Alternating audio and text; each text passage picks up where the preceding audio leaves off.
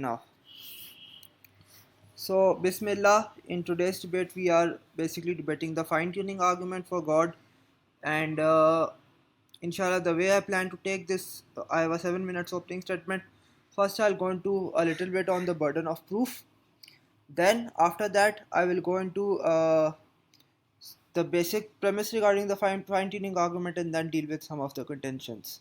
So, before I go into anything else, let me just bring up the point about burden of proof, and it's quite a simple one. In regards to burden of proof, especially with regards to possibility and impossibility, what needs to be proven? Does possibility need to be proven? Does impossibility need to be proven, or both need to be proven? It seems, since in the case of Kalam, atheists are believing that something can come from nothing, right? What needs to be proven is impossibility. What people are generally going by is that unless it's proven otherwise, something is possible. Keep this in mind. Now, with regards to the fine tuning argument, again, the argument is actually quite simple. There are a lot of universal constants which have really specific values. If these constants did not have their precise values, then a complex life permitting universe could not possibly exist. Since these probabilities are actually extremely minute, and these are basically recognized by most, if not all, scientists involved with the relative data, because of the low probability, this cannot be due to chance. It cannot be due to necessity, and I'll get into the reason why it cannot be due to necessity. Hence, the only option that is left in this regard is design. Now, just to go briefly on the point about chance, the reason it cannot be due to chance is because the odds are so small. If something is probable, then it's likely it can occur by chance. The more improbable it is, the more unlikely it is that it can occur by chance. These constants are extremely unlikely, and almost no one makes the claim that these can occur by chance. They try to claim multiverse, but I'll get into that later. That's not chance per se. As for necessity, the claim that these constants are somehow necessary means it necessarily means all other values of constants are impossible. If other values of these constants are possible, then these constants cannot be necessary. Since the atheist belief or epistemology in this regard is that impossibility needs to be proven, they need to prove the other constants are impossible. And if they cannot do that, you cannot make the claim that these constants are necessary. Moreover, the universe began to exist. This can be shown through scientific arguments such as from the second law of thermodynamics, and can also be shown by using philosophical arguments such as impossibility of infinite regress of events ending. If that is the case, then these constants are necessarily contingent. They are contingent. They cannot be necessary if the universe began to exist. Why? Because if the universe began to exist, these constants began to exist. So they are contingent, not necessary. So that explanation is ruled out as well. The most common explanation in this regard that is given by atheists, right? It's the multiverse. And to be honest, I'll just explain here how pathetic the atheist position is in this regard. Firstly, atheists will try to claim that multiverse is an argument from science. It's not, and there's a very simple reason for this. If you look at most definitions of science, they will mention observations. That for something to be science, it has to be observable and testable, right? Multiverse is by definition beyond the observable universe. It is by definition unobservable. It cannot be science. It has to be a claim from philosophy. So this is not an argument from science, it's an argument from philosophy by definition. If that's the case, we can just apply Occam's razor and that will flush multiverse down the toilet, because there are two explanations in this regard: one creator or an infinite number of universes. Clearly, the one creator is simpler, so Occam's razor will flush this down the toilet. I don't think there's any way around this. So this is just some of the common nonsensical atheist claims, refutation of common nonsensical atheist claims regarding the fine-tuning argument. I think my opening statement is sufficient in this regard, but I have 2 minutes in this regard, so I will go into the multiverse and some of the further problems with that. Here's the thing: atheists will try to claim that multiverse basically it's an explanation from science, or that they will try to say that observations are not required for science. But there's a massive problem with this. To apply our science to multiverse beyond the universe, you are necessarily assuming that conditions inside the universe are similar to conditions outside the universe. But this claim needs to be proven. If you are applying our science there, you need to show that our conditions are similar to the conditions there. Moreover, atheists themselves argue that the conditions are different. This is the reason atheists have been claiming for decades that something can come from nothing. Because the claim is that conditions outside the universe are different. So, in summary, I have 1 minute left, but I think I've made my point already. The atheist position in this regard, with regards to the fine tuning argument, is beyond pathetic, it's indefensible, and to be honest, their responses to this argument contradict their responses to other arguments. I'll end my opening statement. You can start your time. Okay, yeah, thanks for your opening. Eric, you can make his opening. Okay.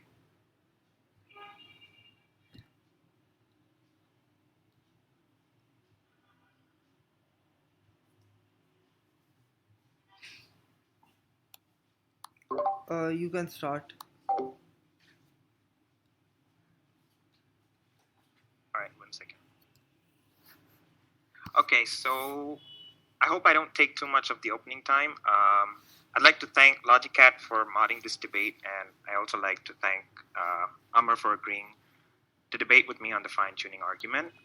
I'll go briefly through like 3 arguments that I'll be presenting in favor of atheism that actually stem from the fine-tuning argument itself. So, in a sense, they're sort of reverse fine-tuning arguments. They use fine-tuning arguments to actually prove that God does not exist rather than exist.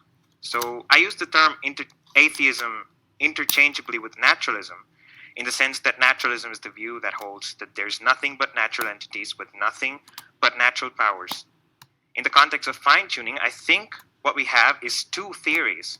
One is theism and the other one is naturalism, which can explain why we have the constants that we have, that give rise to complex and intelligent life.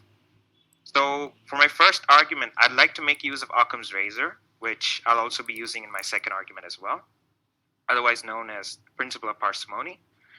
If one accepts that God is a possible explanation for the fine-tuning of the universe, then it means that there's a complexity there. Because the fine-tuning are natural constants, but God is a supernatural being. So there's a complexity there. And obviously, when we say we posit a multiverse, I think it's much more simpler because I'm actually an idealist. So I think that there is one mind, and it's not God because it's not divine. It's not something to be revered. It's a mind that produces abstractions. So everything that we see around us is sort of like an attribute of that infinite substance. So this infinite substance is necessary. I believe that. So for my first argument, if there is a simpler explanation, premise 1, if there is a simpler explanation in either qualitative sense or quantitative sense, or both, then we should prefer it. A naturalistic explanation for the fine-tuning is simpler than a supernatural explanation. Therefore, if there is a naturalistic explanation, we should prefer it over a supernatural explanation. For the naturalistic explanation, I think we can posit the multiverse that I've stated before. It's a mind with an abstract substance. Abstract things. So there's no problem with positing like infinite abstract things, because I think you agree that an actually infinite abstract things is not logically contradictory. I'm gonna go for the open discussion. I think that would be much better. I'll just go for the open discussion. Okay. Yeah. If you if you're finished, yeah, if you're conceding your remaining time, yeah, that's fine. You can move on to the open discussion. I think 20 minutes should be enough. If you want to extend that time, I would be happy to do stay up for a bit. I don't have an issue with that. But just as a Okay. general starting point, I think I'll start the. yeah, you can start the Yeah. timer. Okay. So Okay, yeah, you guys can discuss. Gnostic atheist, do you want to go first or should I? I'll just go first. I'll just send an argument in the chat, in the stage chat, if you want. I have a logical argument, a formal one. If you want to see that. Sure, I can read the chat. You can post it there. All right.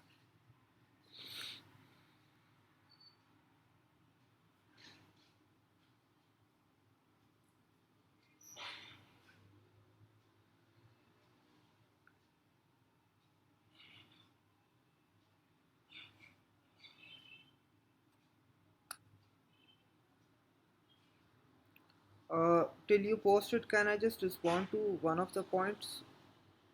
Yeah, sure. Go ahead. Okay, so I'll just go with the first thing that you brought up, actually the only thing regarding the multiverse, and then you appeal to Occam's razor. The problem with Occam's razor is, and the way atheists generally use it, right? It's about multiplying the number of entities beyond necessity, that we should not do that. A multiverse has an infinite number of entities. An intelligent creator is one entity. So, multiverse is by definition multiplying the number of entities infinitely. So, again, Occam's razor itself will refute the multiverse. You can't appeal to Occam's razor while using multiverse at the same time.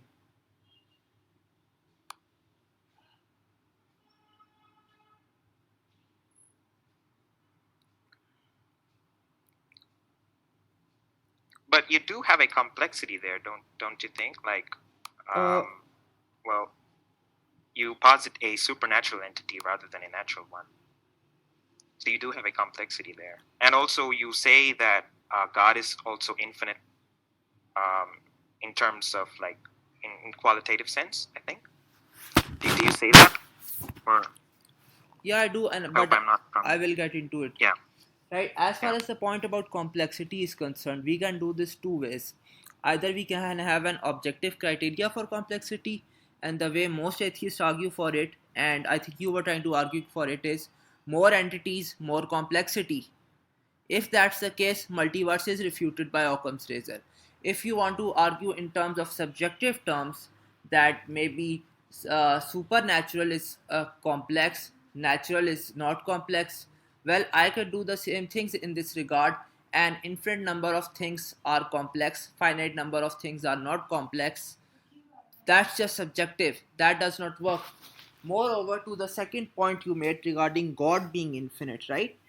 I would say that is a different type of infinity in the qualitative sense. And here's the problem for you if you are trying to challenge that.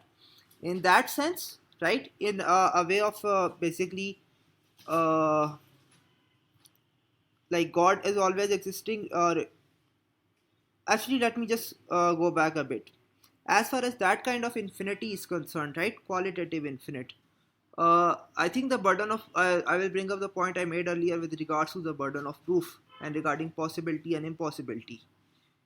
Because atheists try to pretend that impossibility needs to be proven, right? So, and uh, you do this in case of the premise one of the Kalam. So, if you are going to claim that this is unlikely or impossible, I would ask you the reason why. Because you do the same thing as well in regards to Kalam, in regards to infinite regress, and dozens of other things.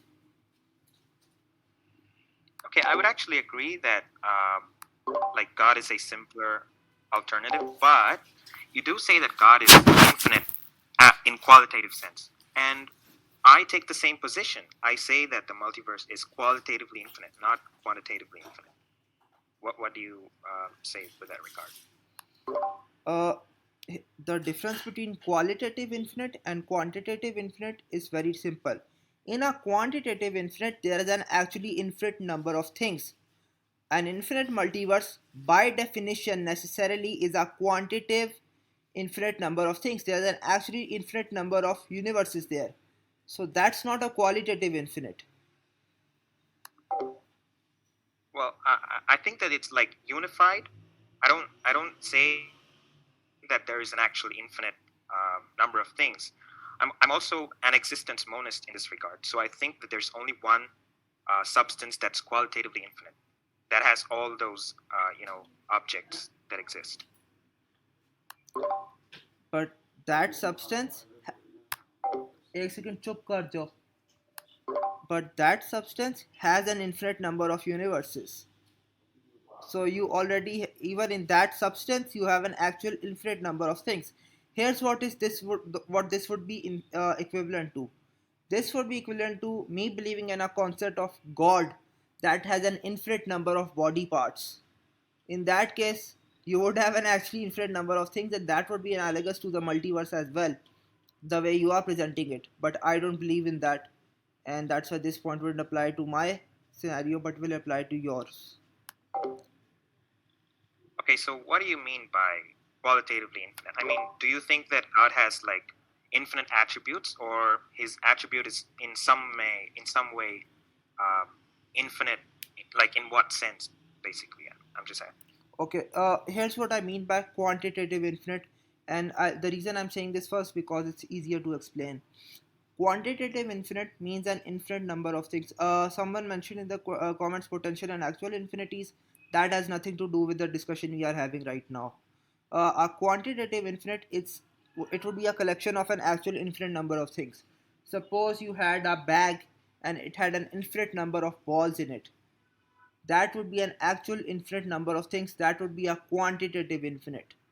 A qualitative infinite would be something. I can give one example of this. It's a weird one, but No, I need you to define it, because I think examples can sort of mislead.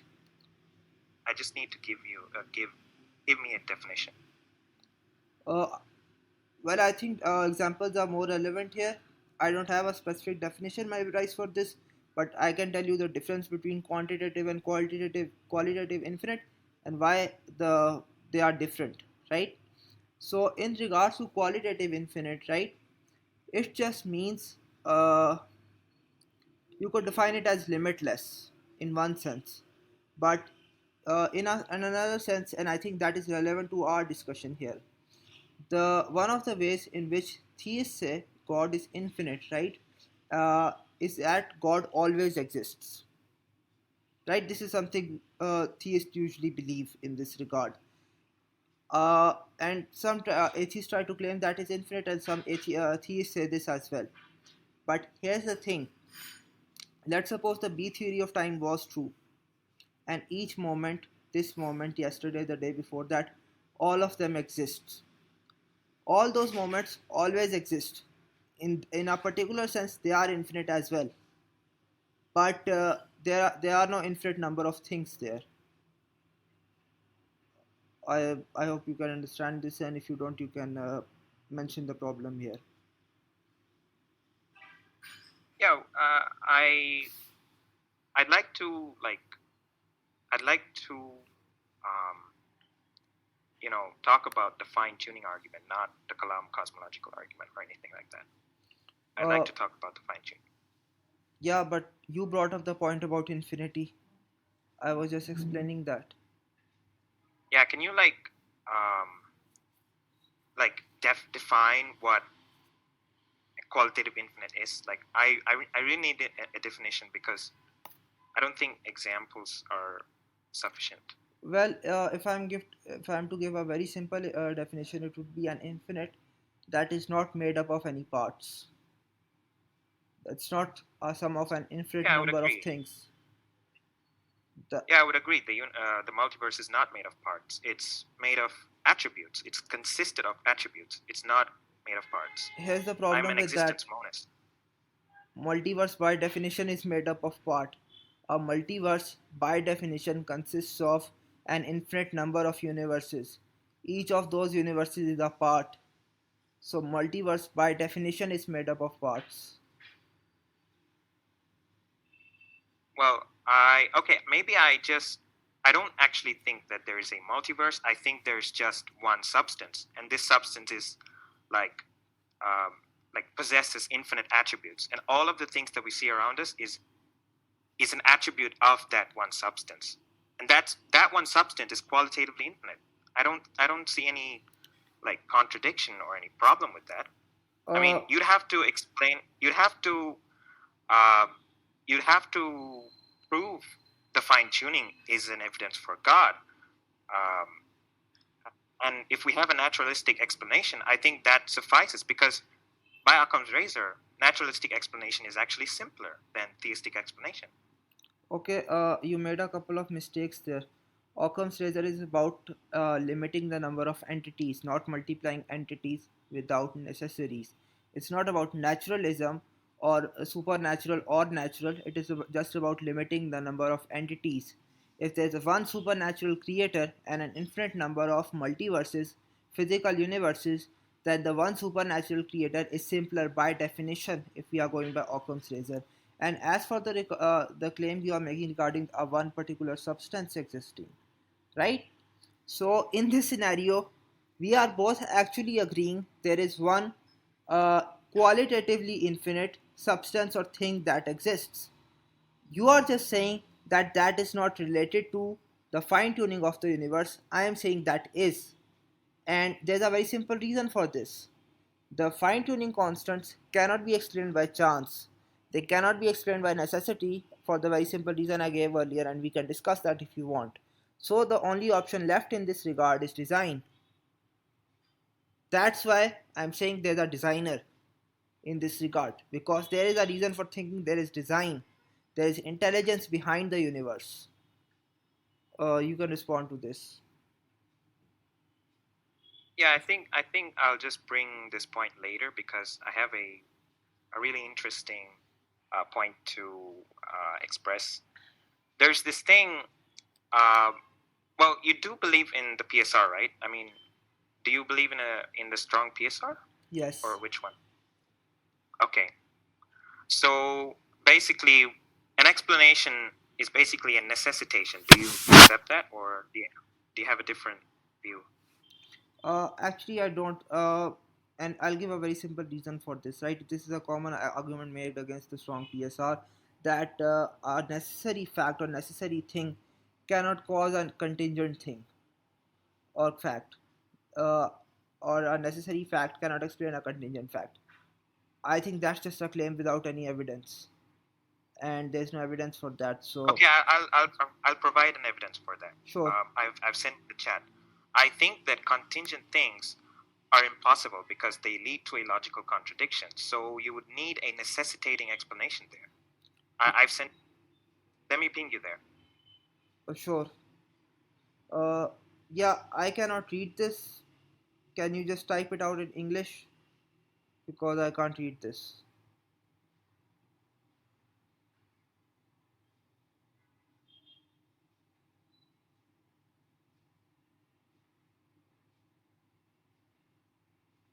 I'll just explain it.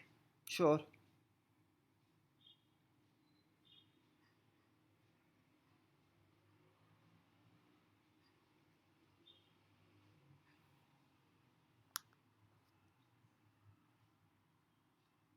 Okay, so axiom one basically states that P is contingent. Well, it's possible because it's contingent. If something is contingent, then it's possibly and possibly not the case. Axiom 2 basically says that if something is possible, then it's necessarily possible. That's an axiom from module S5. And the conclusion is that P is necessarily possible. If P is possible, then it's necessarily possible. Axiom 3 states that if something is possible, then it's either possible or it's possibly not the case. That's just the restatement of the previous statement. And we reiterate since possibly P, and then we reach a conclusion that possibly not P, because possibly P implies possibly not P, because P is contingent. when we have an explanation that explains this contingent fact, the contingent fact remains contingent. It can be otherwise. I mean, I use the term necessary and contingent in two different ways. One is that necessary just means something that cannot be any other way, and contingent is something that can be another way. It can be otherwise, or it could can I just possibly fail to interject a exist. little bit here? Uh, you can go on with the argument, right? But before we go further, I'll just point out the point. I'll reject the second premise in this regard, that if something is possibly necessary, if something is possible, it is possibly necessary. I don't think the. I think that just No, makes. it's necessarily possible. It's necessarily possible. It's an axiom from Model S5. It's I if don't it's think possible, then S5 it's works this necessarily way, possible. because, to be honest, in this regard, there is no differentiation between something being possible and something being necessary. So I'll just reject this premise. You can go on with the argument, and then we can discuss it further.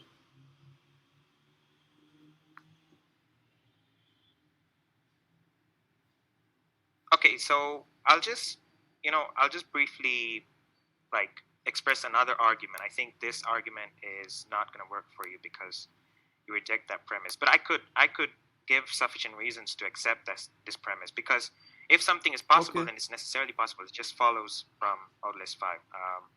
But anyways, Uh, so just to interject here, yeah, I don't think even most atheist philosophers will apply S5 the same way. Like they no, won't apply I it the think what same you're way. referring. I think one second. Okay. I think what you're referring to is when something is possibly necessary, then it is. Wait, when something is possible, then it's possibly necessary if that thing is necessary. Like, for example, God is possible, then God is possibly necessary. I'm not using the S5 axiom in that way. I'm using it in another sense. I'm saying if something is possible, then it's necessarily possible. Just to interject here slightly, the way I occasionally use the S5 axiom, I don't say because God is possible, God is necessarily possible. It's not that something is possible, therefore it's necessarily possible. That's not the way I, or to be honest, most people use it. And in the way you are presenting it, you are not making a distinction between something being possible and something being necessary. That's not what the S5 does. Because if this was the case, if this is what S5 was doing, it would apply to every single thing, if X is possible, if X is not possible, and then it would just lead to contradictions. This is not the way I apply it. This is not even the way most atheist philosophers apply it. So I don't think you have a justification here.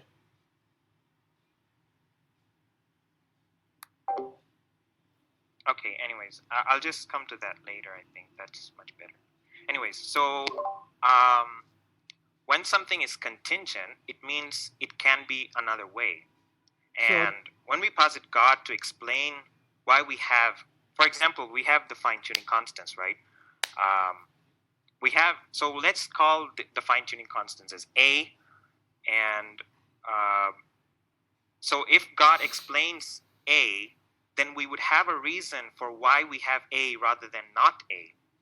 But when we say God explains it, do you think that God necessitates the fine-tuning constants? By necessitates, do you mean that God could have chosen different types of constants, or God could have not chosen different types of constants, or do you mean God could have chosen different types of constants and just pick these? Because here's what I mean Yeah, by the that. first two. I'll just mention my position on it, and then you can respond. With regards to the fine tuning constants, my position is that God chose these constants because God wanted to create a complex life in this particular manner. God could have chosen to not create life and not have different values of constants, or God could have chosen to have different types of constants, different values of constants, and just create life using miracles without using physical processes. God could have chosen to do any of these things. I don't see how that's my position, and you can respond in this regard. Okay, so you said that God could have chosen otherwise. Yeah. So is there a reason why he chose this one rather than another? Yeah, God wanted to create life. I think, yeah, you said God wanted to create this. Okay, is that reason contingent or necessary? I mean, can God want something else rather than this one? Yeah, God, uh, just to give an example, God could have chosen to create a world that has no life, it has just rocks everywhere. Or God could have chosen to create a world that has no animals in it, only plants all the way through. Just to give you one example in this regard, God could have chosen to do those things.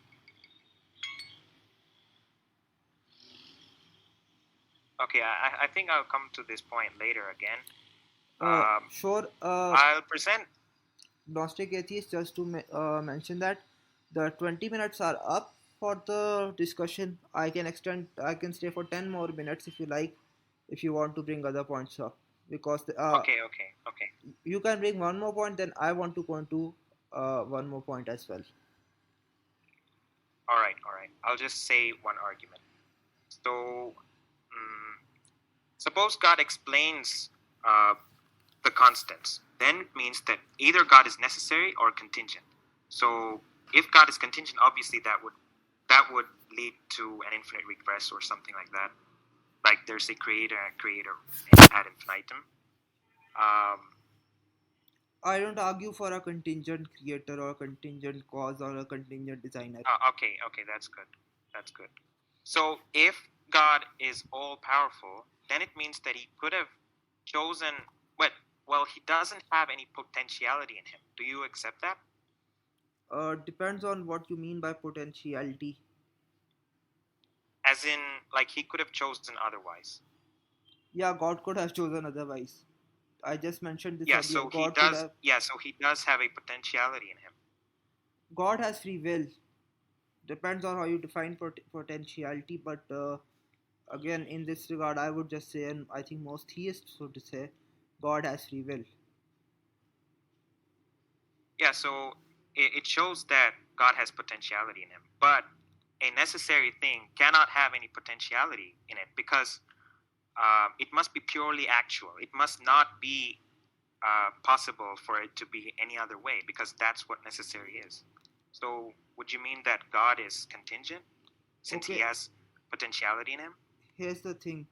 You are making a claim here. You are claiming that a necessary being cannot have a will. You need to prove this claim, and here's the reason why. You are saying that's impossible, right? In the case of Kalam cosmological arguments, when we say infinite regresses are impossible, we bother to prove that claim. In this regard, you are claiming this is impossible. You have to prove this claim, because if you can't, then I don't need to take it seriously. Someone mentioned William Lane Craig in the comments. Again, just to address a very simple point, I am not a Christian. I am a Muslim. So if you're going to bring up random theological points in this regard, and especially Craig's random theological points, I'll just reject them because I'm not a Christian. You can respond. Yeah, I'll just send an argument. Uh, Try to send it in English because I can't read that. I don't know what you call that philosophical Modal sign logic. language. Yeah. Yeah, model logic. Okay. Okay. Okay.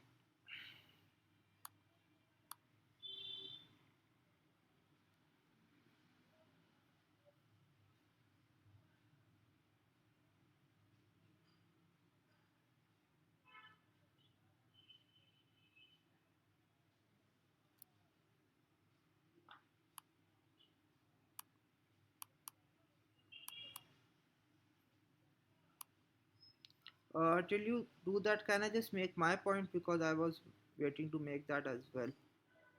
Uh, so, in regards to fine tuning, in regards to Kalam or any other thing, basically, right? Both sides are always coming to the debate with certain presuppositions. You cannot avoid that. For instance, many theists will take, and not even theists, some atheists will also take. There are few, but some will also take principle of sufficient reason as self-evidently true, or that in case of problem of evil, some people will come at with the assumption that suffering is evil is self-evidently true, or it's necessarily true. every time someone in any argument, people are coming with certain presuppositions. What the purpose of me doing these debates, I think, is to show that all of the atheist arguments are worthless, and I think I've done that, with one exception. A common claim is that these constants are necessary. I gave a reason why atheists need to prove other constants are impossible. That hasn't been responded to. I don't think it can be responded to by atheists in general. As far as the multiverse is concerned, in this debate and in the previous debate where I brought it up, again I made this point about it being philosophy and not science, and this isn't responded to either. In case it's philosophy, it's flushed by Occam's razor. That is not going to change. So these common contentions are dead. There's a third type of argument made against fine tuning, and it's actually very simple. It's the argument goes like this: God would have chose to do things differently. It's based on the assumption of how God would have created the universe. Here's the problem with that type of argument: all of those arguments are based on intuitions, your intuitions of how God would act and would not act. But there's a problem in this regard. It is also intuitive to believe in God. So if atheists are taking as intuitions as evidence, atheism is dead. If they don't take intuitions as evidence, all their arguments are dead.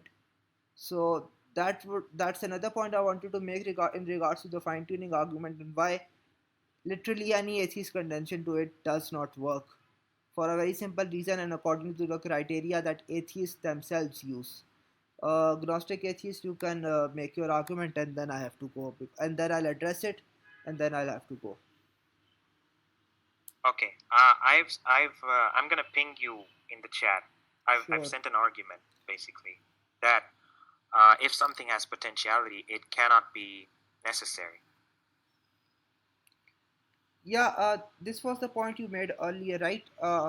That basically I was calling it will, you were calling it potentiality. You were saying that if something has potentiality slash it has a will, it cannot be necessary. I would just ask you to prove this assumption, because here's the thing: you are again claiming that a necessary being cannot have will. But again, the problem. Yeah. I just proved that. Premise one states a necessary thing is by definition something that cannot be any other way. Premise two: if something has potentiality, it by definition can be another way. So the word "can" here is like emphasized because that's a potentiality. So conclusion: therefore, something that has potentiality cannot be necessary. So that's an argument, I think. Okay. This is an interesting argument, and I think there's a very simple response to this. In the case of God having a will, right? You use the term potentiality, I'll use will. Whether God chooses to only create this universe, or God chooses to create a universe that cannot support complex life. In either case, nature of God is still necessary. That nature is not changing. God has a will in this regard, and God is choosing to do different things. But again, why is that impossible? You need to prove this. And to be honest, the funny thing is, your argument against this is also just based on intuitions. You're not giving an argument here. So you are using something, and here's the problem for atheists. And this problem is not going away. You are using something as evidence that you yourself don't accept as evidence. Every single atheist argument, whether it's let's take an example of the bad design or vestigial arguments in regards to evolution, right? Or in case of the fine-tuning arguments, they claim that most of the universe is empty, or that if God created this universe, he wouldn't made it all empty. All of these arguments are based on intuitions. The problem is you yourself don't accept intuitions as evidence. If you don't accept intuitions as evidence, why do you expect me to take them as evidence? This is why your arguments fail even in principle. I think John Mayer said, I'm debating imaginary atheists. Here's the problem with that. Every single argument I mentioned has been made by atheists against me in debates. Yeah, I'm not that kind of an atheist. I'm a different kind. Okay. I'm an idealist atheist. Gnostic atheist, you can respond to what I said, and if you think I dodged the point about God having a will being impossible, or that potentiality thing. If you think I dodged that, you can just repeat it and I'll try to respond to it again. Okay, yeah, I do think that you dodged that. Like, you didn't answer why potentiality. You didn't answer why a potential thing can be necessary. You just dodged that, I think. So the premise one is something. So we define necessary as something that cannot be any other way. And premise two, if something has potentiality, if something can be another way, then it cannot be necessary, because necessary things is by definition something that cannot be any other way. So if God has a will, then it means he can choose to not make this universe or choose any other universe. But there's also another argument that I'd like to make. This is where the multiverse comes in. So if God is purely actual, Gnostic then it atheist, means that. can you bring up the Yeah, multiverse go ahead. later? I want to stick with this point first because I don't want Okay. to jumble things up. All Right? all right. Can you just repeat the premises again? I'll respond to those then. Okay, premise one, a necessary thing is by definition something that cannot be any other way. And premise two, if something has potentiality, then it by definition can be another way. Conclusion, therefore, something that has potentiality cannot be necessary. Here's what I can do in this regard just to respond to this. Right?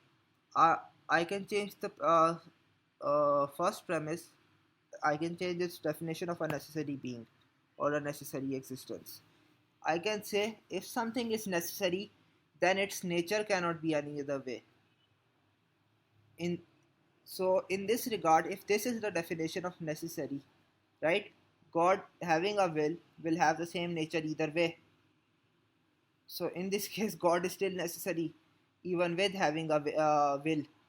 We can have slightly different definitions of necessary in this regard, and if that's the case, the argument collapses. Again, in this, you can respond to this. Then we'll discuss it and then go to the multiverse. Yeah, I don't think that you can use a different definition. I think this definition is by far the most strictest one, that a necessary thing is something that cannot be any other way. Sure, you could say that God's nature, it cannot be any other way, but there's a problem with that, because when we say that God can do something else, then we're predicating on God's essence that he can will differently. So that's got to be a potentiality, and that leads to a contradiction. A necessary being cannot I have don't think it leads potentiality. to a contradiction, and I'll again explain the reason why. You are using the term potentiality in this regard. Just give me one moment. Just hold for one moment. All right. Okay. So I'll just respond to that point. In this regard, you are using the term potentiality, the term will, right? We don't believe. Can you repeat that? Can you repeat that once again? Sure. In this regard, in regard to these premises, you are using the term potentiality. I am using the word will, but we are referencing similar concepts, though they are not identical, right? So let's suppose God is choosing to do different things. In that case, the existence of God is not changed, the nature of God is not changed. Those things are necessary. The actions are contingent, but those things are still necessary. And I'll give a very simple analogy in this regard, right? Suppose I am sitting right now. I go and stand, and or I go and eat something. In all these three scenarios, did my nature change? I'm still a human, I'm still Amar. No. Did my existence change? No. In all these scenarios, I exist. I'm doing different things, but in either case, in all of these scenarios, my nature is still the same, my existence is still the same. So I would say God's existence is necessary, God's nature is necessary, but God can choose to do things differently. That would be my response to this. You can respond. Okay, so I'll just briefly address one of your initial statements. So in one of your initial statements, you said that the constants of the fine tuning are enormously enormously Improbable like improbable. Yeah, by improbable. chance. Yeah. So when we posit a god, do they increase the probability to one? Well, if there's an intelligent creator and that creator is choosing to do this, yeah, then the probability is one. Same is the case if it is these constants are necessary, right? For whatever reason, in that case, the probability would be one as well. But again, for these constants to be necessary, other values of these constants have to be impossible, and that's something the atheist side has to prove. So that would be my response. Yeah, but you said that God could have chosen otherwise. So how is that actually making the probability one? Because God could have chosen otherwise. Yeah, God could have chosen otherwise, but God chose to do this. If there is a creator that has a will, that can choose to do different things in a different way, but is choosing to do this way, then the probability is one. Same is the case with necessary. If these constants are necessary, then their probability is one. That would apply in both cases. The probability is only lower given chance. That would be my response. Yeah, but free will is also basically chance, right? I mean, How is free will when you have chance? free choice, yeah, when you have free choice, you're able to choose between different options, and the options that come out, the options that we have, are gonna be chance. It's not gonna be necessity, or it's not gonna be design, because design is also chance because it comes out of free will. Here's the thing, I don't think design is chance. I think design, necessity, and chance are three different things. And I'll give it a So very so you mean so you mean that there is a necessitating reason there for God choosing this? no, God chose to do this. Like, God has a will, and God can choose to do other things as well. But God chose this because He wanted to do this. Yeah. So the act of him choosing, the act of him wanting, is the reason why he chose this, right? Yeah, Is that necessary or is that contingent? I mean, could God have chosen otherwise? yeah, God could Of have course, chosen otherwise. you'd agree with that, yeah. Yeah. So, well, if God could have chosen otherwise, then it means that that reason that he wants this one specifically is also contingent, because that want can be otherwise. That one could have chosen um, to want something else, Yeah, right? I agree. Yeah, so it's contingent. We don't have any explanation for why the fine tuning constant exists. There are two options, though. One is, suppose we say that God's choice is necessitating, then it means that the fine tuning constants are necessary. But obviously, when we say something is necessary, it is something that cannot be any other way. But so this leads to saying that there cannot be more than one necessary being. There can only be one necessary being. So Yeah, I either the agree. fine tuning constants exist or God exists. But obviously the fine tuning constants exist, so this means God doesn't exist. I You can agree there respond. can only be one necessary being, right? But it does not follow Yeah. from that only God exists or the constant exists. I don't see how Well, that it follows does from follow that, because especially yeah. when, just let me make one point. In this All right. regard, the constants are contingent, and I can show they are contingent because the universe began to exist. If the universe began to exist, these constants began to exist. If they began to exist, they are contingent, not necessary. So I don't think this point works. Uh, Gnostic atheist, I'll let you have the last word on this, and then we can do short 2 minutes closing statements because then I have to go.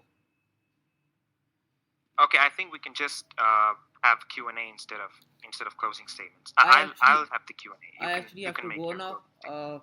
I can't stick around for a Q&A. I'll just make a closing statement, and you can make one as well. Then I'll end the recording. All right. Should I go first? Yeah, sure. Okay. So I'm starting my closing statement now. Again, I think the discussion was a cordial one. I enjoyed the discussion. Again, with regards to the fine tuning argument, this is actually easier to debate than Kalam.